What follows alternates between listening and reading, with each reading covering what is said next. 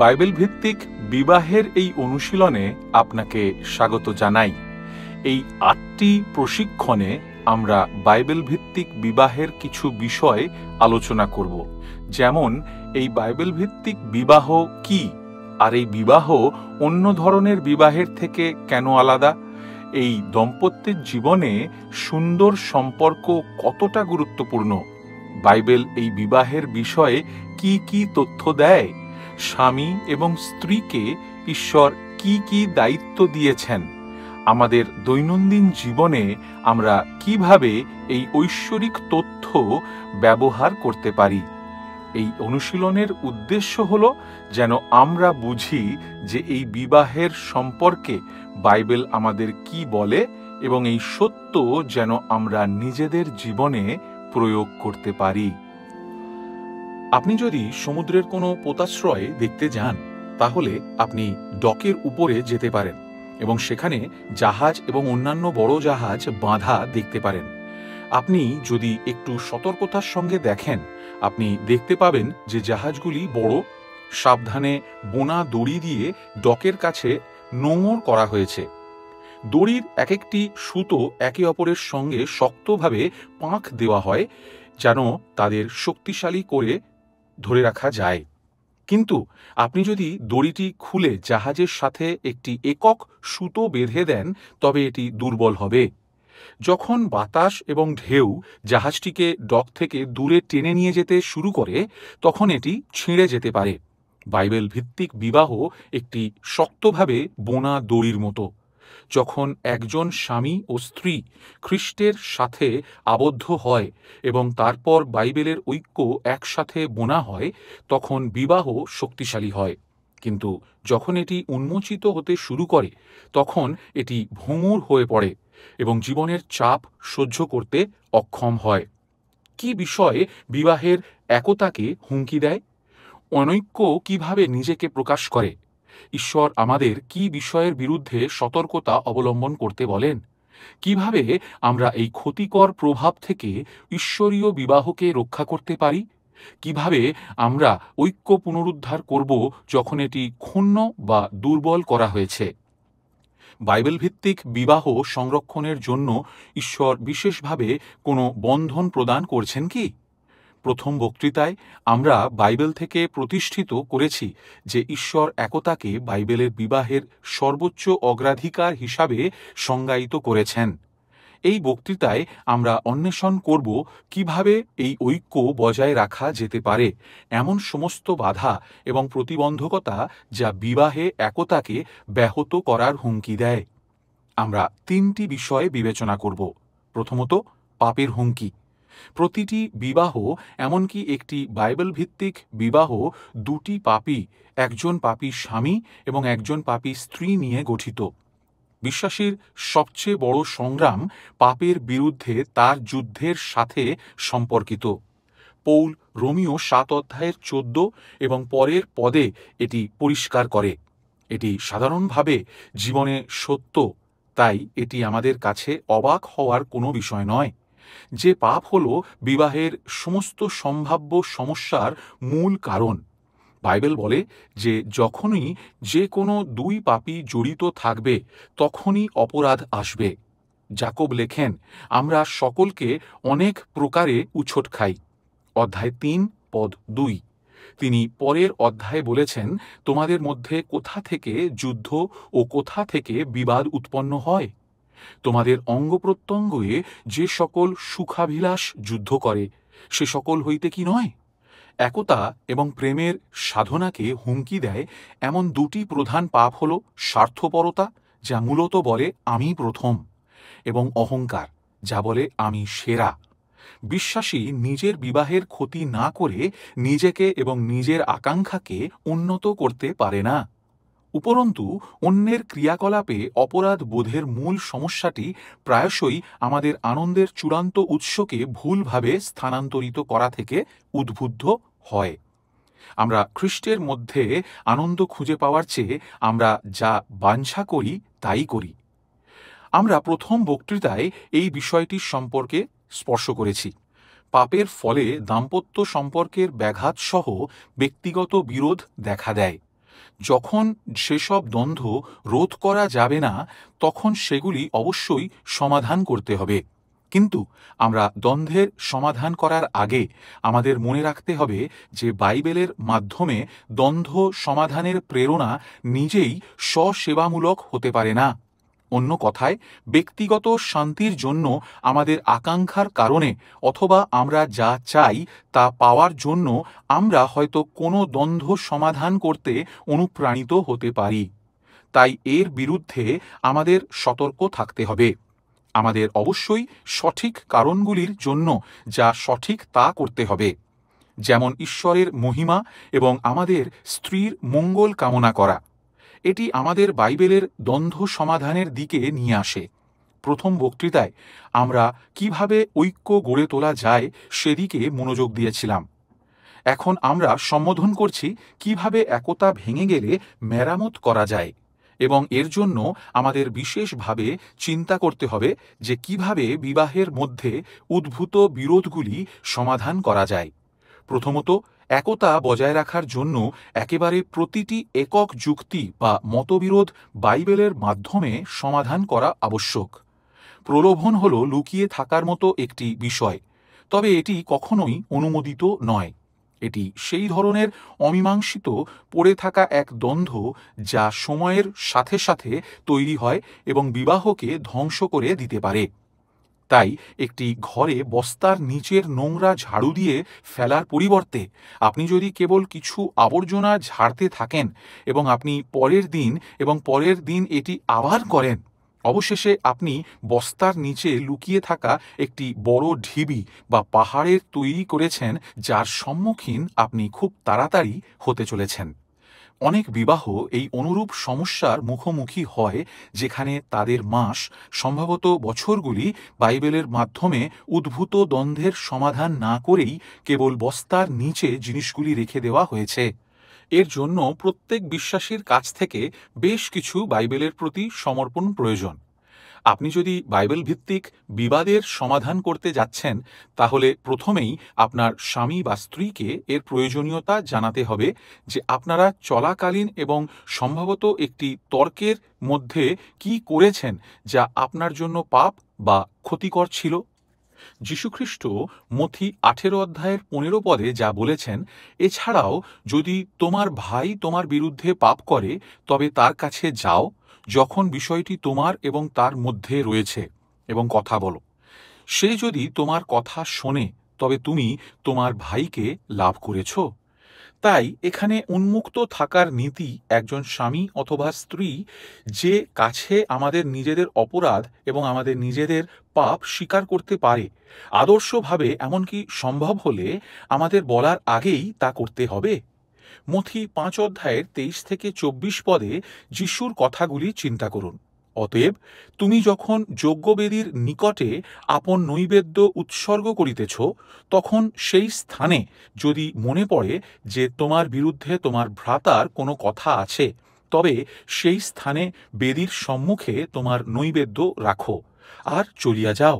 প্রথমে তোমার ভ্রাতার সহিত সম্মিলিত হও, পরে আসিয়া তোমার নৈবেদ্য উৎসর্গ করিও।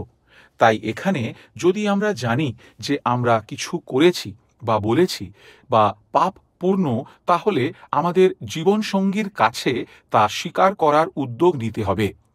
এই দুটি জিনিসের জন্য নম্রতা প্রয়োজন। প্রথম পিতর 5 অধ্যায়ের 5 থেকে 6 পদে আমরা পড়ি, তদ্রূপ আর তোমরা সকলেই একজন অন্যের সেবার্থে নম্রতায় কটিবন্ধন করো, কেননা ঈশ্বর অহংকারীদের প্রতিরোধ করেন, কিন্তু নম্রদিগকে অনুগ্রহ প্রদান করেন। অতএব তোমরা ঈশ্বরের পরাক্রান্ত হস্তের নিচে নত হও, যেন তিনি উপযুক্ত সময়ে তোমাদিগকে উন্নত করেন। আর তাই নম্রতা প্রয়োজন। আরেকটি বিষয় যা প্রয়োজন তা হল আত্মত্যাগ। আমাদের অধিকার এবং অনুভূতির চেয়ে ঈশ্বরীয় বিবাহের প্রতি আমাদের আরও বেশি সমর্পণ প্রয়োজন। এই সব বিষয় শুধুমাত্র পাপের স্বীকারোক্তি দিয়ে শেষ হবে না, কিন্তু একে অপরকে বাইবেলের ক্ষমা প্রদানের মাধ্যমেও শেষ হতে হবে। যদি একজন স্ত্রী এই সত্যটি তুলে ধরেন যে তাদের স্বামী বা স্ত্রী তাদের বিরুদ্ধে পাপ করেছেন, অথবা যদি একজন স্ত্রী উদ্যোগ নেন এবং সময়ের আগেই সেই পাপকে স্বীকার করেন, তবে এটি শুধুমাত্র প্রথম পদক্ষেপ। অবশ্যই পরের পদক্ষেপ অনুসরণ করতে হবে, যা ক্ষমার দিকে নিয়ে যায়। এর অর্থ হল সমস্যাটি নির্মূল করে দেওয়ার প্রতিশ্রুতি দেওয়া এবং ক্ষমা করা, পাপ অন্যদের কাছে তুলে না ধরা। এর অর্থ হল আপনার স্ত্রীর কাছে সেই পাপটি উত্থাপন না করা বা অপরাধের মোহরা না করা, এমনকি আপনার নিজের চিন্তাতেও সেটি না করা। কারণ হল বাইবেল কিভাবে ক্ষমাকে সংজ্ঞায়িত করে। ক্ষমা, আমরা দেখব, ভুলে যাওয়ার অঙ্গীকারকে অন্তর্ভুক্ত করে। আমাদের ক্ষমা করতে হবে যেভাবে ঈশ্বর ক্ষমা করেন। ইফিসীয় 4:32 এটি বলে, পরস্পর ক্ষমা করো, যেমন ঈশ্বরও খ্রিস্টে তোমাদিগকে ক্ষমা করিয়াছেন। আমরা যেন একে অপরকে একইভাবে ক্ষমা করি, যেভাবে খ্রিস্ট ঈশ্বর তাঁর লোকেদের ক্ষমা করেন। এবং ঈশ্বর ক্ষমা করে ভুলে যান। এখন ঈশ্বর সর্বজ্ঞ, তিনি সব কিছু জানেন, কিন্তু আপনি শাস্ত্রের ভাষা লক্ষ্য করুন। সমস্ত ভাববাদী এবং গীতসংহিতার বহু স্থানে আমাদের বলা হয়েছে যে তিনি বিশ্বাসীর পাপ তাদের পিছনে ফেলে দেন। অন্যত্র আমাদের বলা হয়েছে যে তিনি সব পাপ সমুদ্রের গভীরে ফেলে দেন। আমাদের বলা হয়েছে যে তিনি পাপগুলিকে পূর্ব থেকে পশ্চিম পর্যন্ত যত দূর তত দূরবর্তী করেছেন এবং তাদের আর স্মরণ করবেন না। একই ধারণা আরও অনেক উদাহরণ রয়েছে। ঈশ্বর তাঁর সম্মুখ থেকে পাপকে সরিয়ে দিচ্ছেন। তিনি সেই পাপ ধরে রাখছেন না। তিনি পাপের বিষয়টিকে নির্মূল করেছেন এবং এটি করার জন্য ঈশ্বর তাঁর লোকেদের একে অপরের সাথে সম্পর্কের মধ্যে আহ্বান জানিয়েছেন। সুতরাং একটি বিবাহের প্রেক্ষাপটে যেখানে একটি পত্নী স্বামীর বিরুদ্ধে পাপ করেছে, সম্ভবত উভয়ই একে অপরের বিরুদ্ধে পাপ করেছে। যখন ক্ষমা করার চুক্তি হয়, এটি আসলে ভুলে যাওয়ার প্রতিশ্রুতি। যে সমস্যাটি উদ্ভূত হয়েছে তা নিরঙ্কুশ করার প্রতিশ্রুতি। সুতরাং আপনি যদি একটি পাপপূর্ণ অপরাধের সাথে মোকাবিলা করার বড় চিত্র এবং সংক্ষিপ্ত বিবরণের কথা ভাবেন, তবে আপনার দুটি পক্ষ রয়েছে।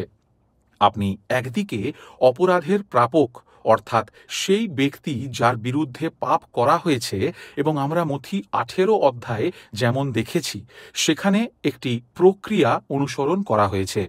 আপনাকে যেতে হবে এবং আপনার ভাই, আপনার স্বামী, আপনার স্ত্রীকে বলতে হবে তারা কিভাবে আপনার বিরুদ্ধে পাপ করেছে। কিন্তু বাইবেল আমাদের সেই মনোভাবও দেয় যেটা অনুসরণ করতে হয়।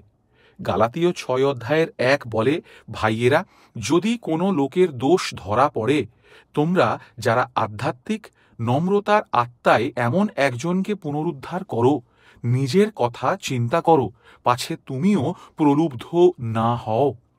তাই আপনার কাছে এই ব্যক্তি আছে যার বিরুদ্ধে পাপ করা হয়েছে, কিন্তু তারপর অন্যদিকে যে পাপ করেছে সেই অপরাধী। আপনার কাছে সেই ব্যক্তি আছে যিনি পাপ করেছেন, যিনি অন্যের বিরুদ্ধে পাপ করেছেন, এবং আমরা মথি 5 অধ্যায়ে আবার অনুসরণ করার প্রক্রিয়াটি দেখেছি। যদি আপনি এই সত্যটি সম্পর্কে সচেতন হন যে আপনার ভাই আপনার বিরুদ্ধে কিছু আছে, তবে আপনাকে বেদিতে আপনার উপহারটি রেখে যেতে হবে এবং গিয়ে আপনার ভাইয়ের সাথে মিলিত হতে হবে। কিন্তু বাইবেল আমাদের সেই মনোভাবও দেয় যা অনুসরণ করার জন্য 1 পিতর 5 অধ্যায়ের 5 পদে বলা হয়েছে যে নম্রতা থাকতে হবেই। যেমনটি আমরা আগে উল্লেখ করেছি, আমাদের অন্যায়কে স্বীকার করার ক্ষেত্রে নিজেদেরকে নম্র করা। আর তাই যদি আপনি একটি সংক্ষিপ্ত বিবরণের পরিপ্রেক্ষিতে চিন্তা করেন, বড় চিত্রের ক্ষেত্রে স্বামী এবং স্ত্রীর মধ্যে বিরোধ হলে কি ঘটবে? একতার বিচ্ছেদ ঘটবে। সেই ব্যক্তি যে পাপ করেছে এবং যে ব্যক্তির বিরুদ্ধে পাপ করা হয়েছে, উভয়ই একে অপরের কাছে ফিরে যাওয়া উচিত। তাদের একতা মধ্যস্থানে মিলিত হওয়া উচিত। তাদের এই দ্বন্দ্বের সমাধান করতে এবং একসঙ্গে ফিরে আসছে দেখতে পাওয়া যাবে। আমাদের মিলনের নিদর্শন সম্পর্কে চিন্তা করা উচিত যা প্রভু শাস্ত্রে আমাদের দিয়েছেন।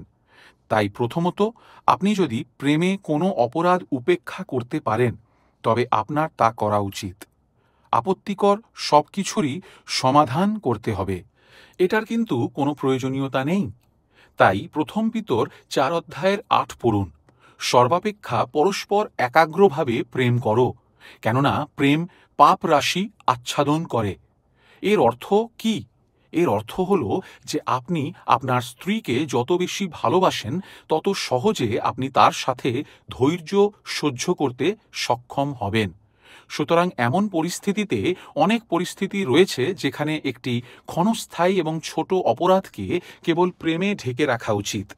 কিন্তু দ্বিতীয়ত, যদি অপরাধটি এমন হয় যে আপনি এটিকে উপেক্ষা করতে পারবেন না, তবুও সম্ভবত আপনি চেষ্টা করেছেন কিন্তু আপনি এটিকে আপনার মন থেকে বের করতে পারছেন না, আপনি এখনও এটি নিয়ে আবেগপ্রবণ হন, তাহলে আপনি আপনার স্ত্রীকে তার পাপের সাথে মোকাবিলা করতে হবে, যেমনটি আমরা মথি 18 অধ্যায়ের 15 পদে দেখেছি। তৃতীয়ত, যে ব্যক্তির মুখোমুখি হচ্ছে তার নম্রতা উপদেশ গ্রহণ করা উচিত, এবং যদি এটি সত্য হয় যা বলা হচ্ছে, তাহলে তাদের অনুতপ্ত হওয়া উচিত এবং তাদের স্বামী বা স্ত্রীর সাথে পুনর্মিলন করা উচিত। দ্বিতীয়ত, এই বক্তৃতায় আমাদেরকে সহ উত্তরাধিকারী হিসাবে ঐক্যের খ্রিস্টের সেবা করার বিষয়ে চিন্তা করতে হবে। তাই এটি একটি ধার্মিক স্বামী এবং স্ত্রীর বর্ণনা দেয়। প্রথম পিতর 3 অধ্যায়ের 7 পদে আমরা পড়ি যে স্বামী এবং স্ত্রীরা জীবনের অনুগ্রহের একত্রে সহ্যকারিণী। এখন এর অর্থ কি সহ উত্তরাধিকারী অথবা সাহায্যকারিণী হিসাবে খ্রিস্টের সেবা করা? প্রথমত, স্বামীকে তার স্ত্রীকে জানতে এবং বুঝতে হবে। প্রথম পিতর 3 অধ্যায়ের 7 পদ একই অনুচ্ছেদ বলে, অনুরূপভাবে হে স্বামীরা, জ্ঞান অনুসারে তাদের সাথে বাস করো, স্ত্রীকে দুর্বল পাত্রের মতো সম্মান করো। একজন বুদ্ধিমান স্বামী তার স্ত্রীকে জানতে এবং তাকে যথেষ্ট ভালোভাবে বুঝতে শিখবেন যাতে তাকে সাহায্যকারী হিসাবে সম্পূর্ণরূপে ব্যবহার করা যায়। তার পরামর্শ এবং তার অন্তর্দৃষ্টি আর তার উপহার তার ক্ষমতাকে ব্যবহার করতে সক্ষম হয়।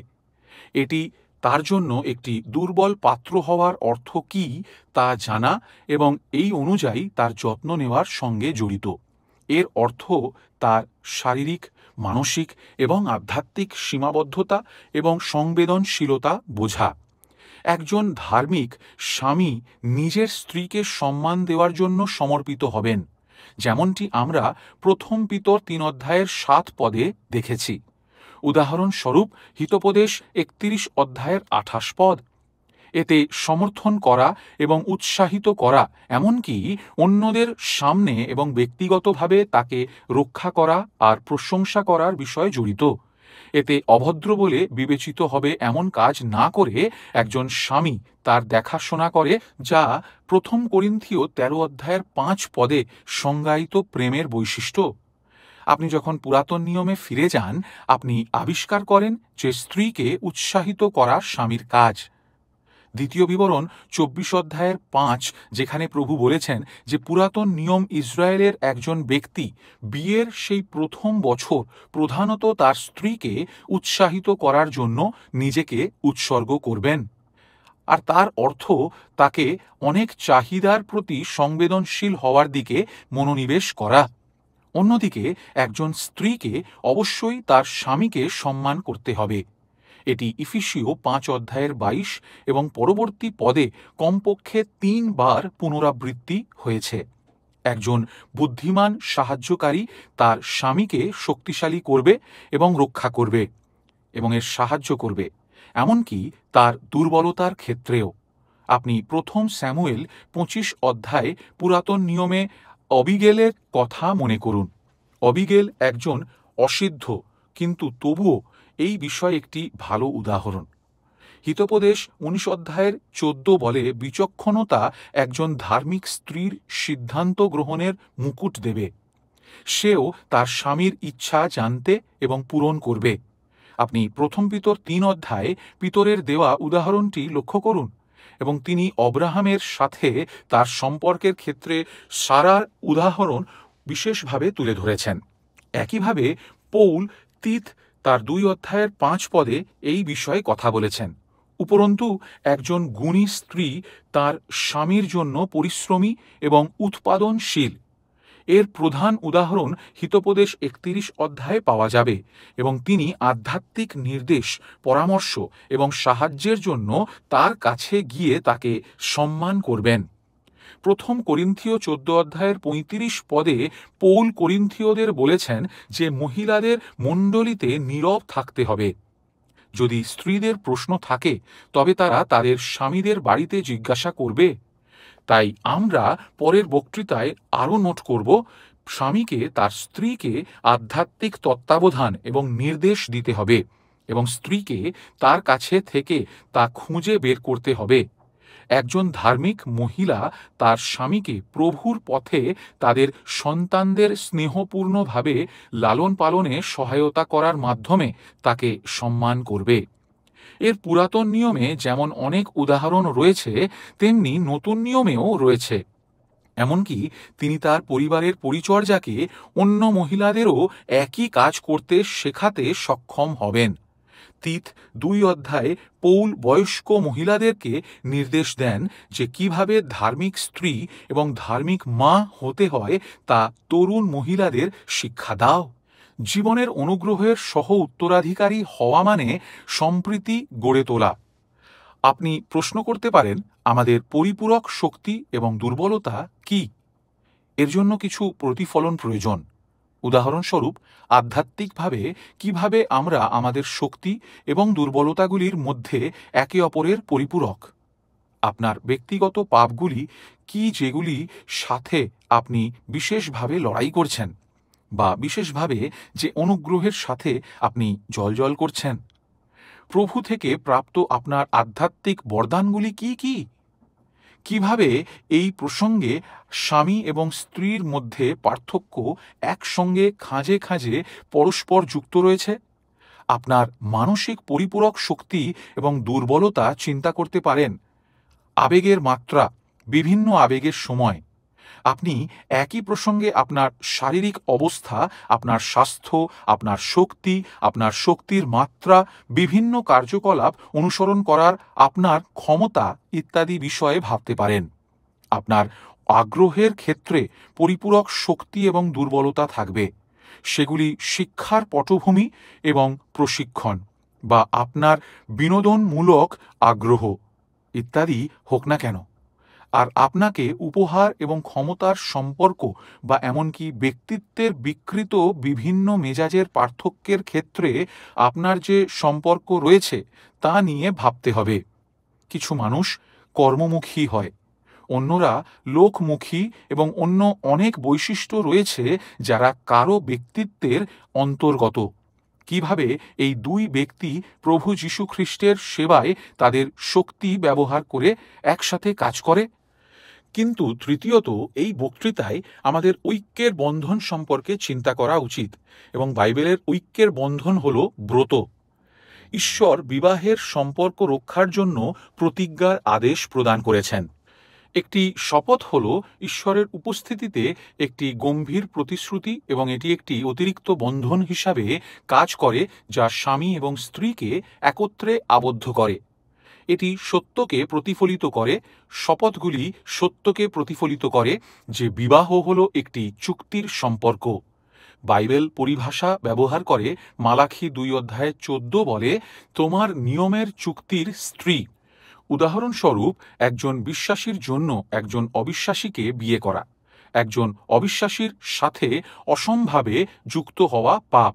যেমনটি পৌল 2 করিন্থীয় 6 অধ্যায়ের 14 পদে বলেছেন, অসমভাবে জোয়ালিতে আবদ্ধ হওয়া। এটি চুক্তির দ্বারা অন্যের সাথে আবদ্ধ হওয়ার একটি বাইবেলের চিত্র। আপনি 2টি গবাদি পশুর বিষয়ে চিন্তা করতে পারেন, এবং তাদের একটি জোয়াল রয়েছে যা তাদের উভয়ের ঘাড়ের উপর দিয়ে দেওয়া হয়েছে, এবং তারা সেই জোয়ালে টান দেয়। সম্ভবত একটি গাড়ি বা একটি লাঙল বা অন্য কিছু কাজ করে। এটি চুক্তির দ্বারা অন্যের সাথে আবদ্ধ হওয়ার একটি বাইবেলের চিত্র। বাইবেলের শুরুতে বিবাহের বর্ণনা ছিল, বিচ্ছেদ ও এক দেহে পরিণত হওয়া। আদিপুস্তক 2 অধ্যায়ের 24 পদ। এখন যদি ঈশ্বরের তাদের বিবাহের পরে একজন স্বামী বা স্ত্রীর মন পরিবর্তন করেন এবং তারা সেই পরিস্থিতিতে নিজেকে একজন অবিশ্বাসীর সাথে বিবাহিত আবদ্ধ করেন, তাহলে তাদের সেই সম্পর্কটি চালিয়ে যেতে যতটা সম্ভব সর্বোত্তম চেষ্টা করতে হবে, যা পৌল 1 করিন্থীয় 7 অধ্যায়ে স্পষ্ট করেছেন। এই সবই এই সত্যের দ্বারা সমর্পিত যে শেষ পর্যন্ত ঈশ্বরই হলেন সেই ব্যক্তি যিনি একজন স্বামী এবং স্ত্রীকে একসাথে বিবাহ বন্ধনে আবদ্ধ করেছেন। প্রভু বলেছেন, ঈশ্বর যাকে একত্রে যুক্ত করেছেন কেউ তাদের পৃথক না করুক। মথি 19 অধ্যায়ের 6 পদ। যেহেতু বিবাহের শপথ অথবা প্রতিজ্ঞা হল একতার একটি গুরুত্বপূর্ণ অংশ যা ঈশ্বর একটি বিবাহ সম্পর্কের জন্য স্থাপন করেছেন, তাই তাদের কয়েকটি প্রশ্ন জিজ্ঞাসা করা দরকার। প্রথমত, বিবাহের শপথ বা প্রতিজ্ঞা গ্রহণের সাথে কারা জড়িত? এবং এটি গুরুত্বপূর্ণ কারণ আপনার বিবাহের প্রতিজ্ঞাগুলি সর্বপ্রথম এবং সর্বাগ্রে স্বয়ং ঈশ্বরের কাছে। দ্বিতীয় বিবরণ 23 অধ্যায়ের 21 পদ আমাদের বলে, যখন তুমি তোমার ঈশ্বর সদাপ্রভুর কাছে কোনো বিবাহের শপথ বা প্রতিজ্ঞা করবে, তখন তুমি তা পরিশোধে দেরি করবে না, কারণ তোমার ঈশ্বর সদাপ্রভু অবশ্যই তোমার কাছ থেকে আদায় করবেন। না দিলে তোমার পাপ হবে। তবে দ্বিতীয়ত, অবশ্যই আপনার মানত অন্যের কাছে অঙ্গীকার। এই কারণেই একজন স্বামী তার স্ত্রীকে চুক্তি দ্বারা স্ত্রী হিসাবে উল্লেখ করতে পারে। উদাহরণস্বরূপ, যারা বিয়েতে যোগ দেয় তারা যে প্রতিজ্ঞাগুলো সংঘটিত হয় তারা সাক্ষী হিসাবে কাজ করার জন্য দায়ী। একটি বিয়েতে তাদের উপস্থিতির মাধ্যমে তারা আসলে সাক্ষী এবং আপনাকে আপনার প্রতিশ্রুতিতে ধরে রাখতে উভয়ের জন্য নিজেদের প্রতিশ্রুতিবদ্ধ করেছে। পুরাতন নিয়মে এর অনেক উদাহরণ রয়েছে। আপনি যিহোশুয় 24 অধ্যায়ের 22 পদের কথা ভাবুন, যেখানে যিহোশুয় ঈশ্বরের সামনে ইসরায়েলের প্রতিশ্রুতিগুলির জন্য সাক্ষীদের আহ্বান করেছেন। এটি এই সত্যকে বোঝায় যে বিবাহের শপথ বা প্রতিজ্ঞা করা একটি গুরুতর বিষয়। আমি আপনাকে উপদেশক 5-এর উদ্বোধন করতে উৎসাহিত করব। আমরা বেশ কিছু জিনিস শিখি। আমরা প্রথমত শিখি যে আপনি দ্রুত বা তাড়াহুড়ো করে শপথ গ্রহণ করবেন না। 5 অধ্যায়ের 2 পদ বলে, তুমি আপন মুখকে বেগে কথা কহিতে দিও না, এবং ঈশ্বরের সাক্ষাতে কথা উচ্চারণ করিতে তোমার হৃদয়ে ত্বরান্বিত না হোক, কেননা ঈশ্বর স্বর্গে ও তুমি পৃথিবীতে, অতএব তোমার কথা অল্প হোক। সেই একই অধ্যায়ের 2 পদে এই সত্যটিকে আরও শক্তিশালী করে, বা আপনি সেগুলিকে চিন্তাহীনভাবে গ্রহণ করবেন না, আপনাকে সেগুলি প্রতিফলিত করতে হবে। আপনি আপনার শপথের মধ্যে যা বলেছেন তার সম্পর্কে আপনাকে সচেতন হতে হবে।